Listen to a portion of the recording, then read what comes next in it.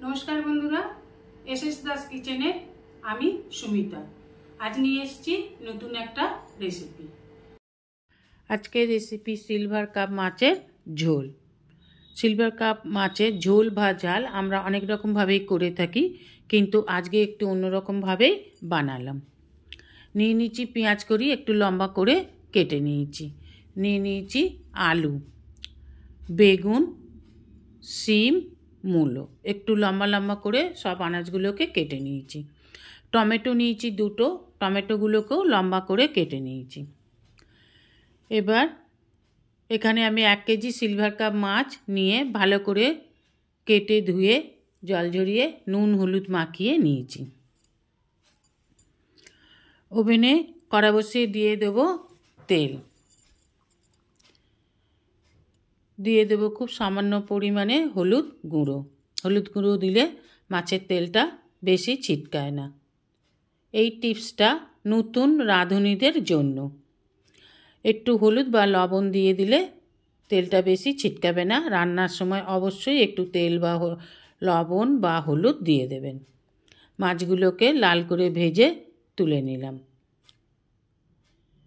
এইভাবেই সমস্ত মাছগুলোকে আমি ভেজে নেব।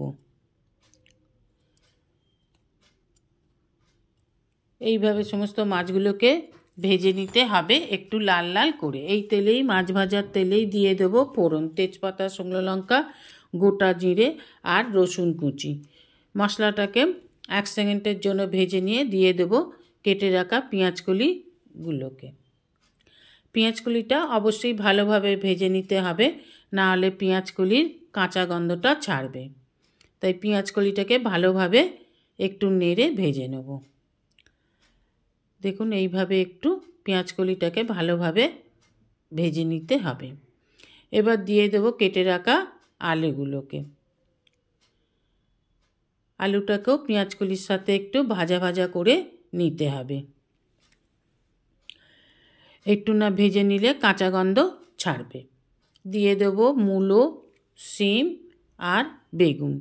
এবার সমস্ত আনাজগুলোকে খুব ভালোভাবে কষে নেব।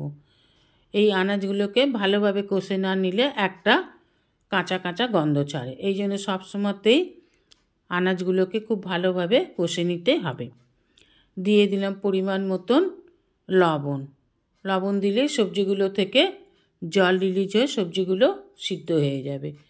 দিয়ে দিলাম 1 টিস্পুন হলুদ গুঁড়ো। এবার খুব ভালোভাবে মিশিয়ে নেব লবণ আর হলুদ। এইভাবে নেড়ে মিশিয়ে নিতে হবে।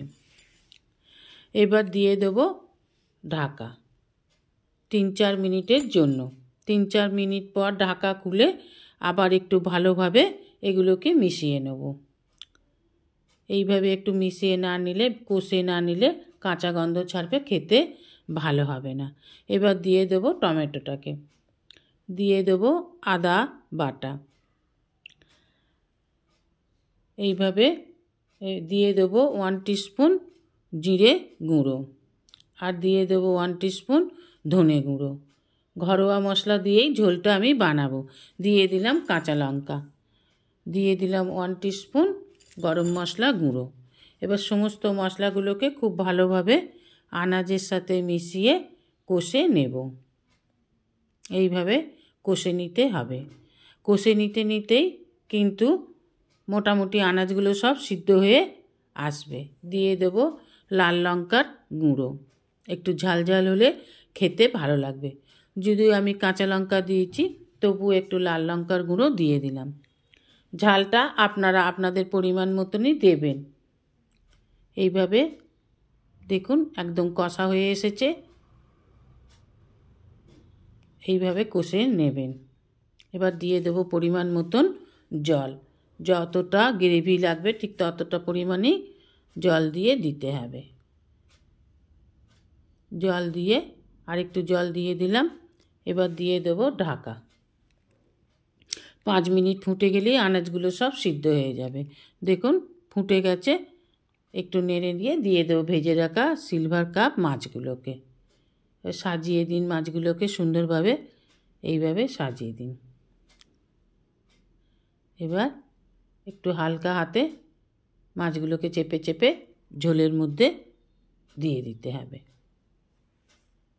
দেখুন এইভাবে ঢাকা দিয়ে দিতে হবে। এবার ঢাকা দিয়ে দেব।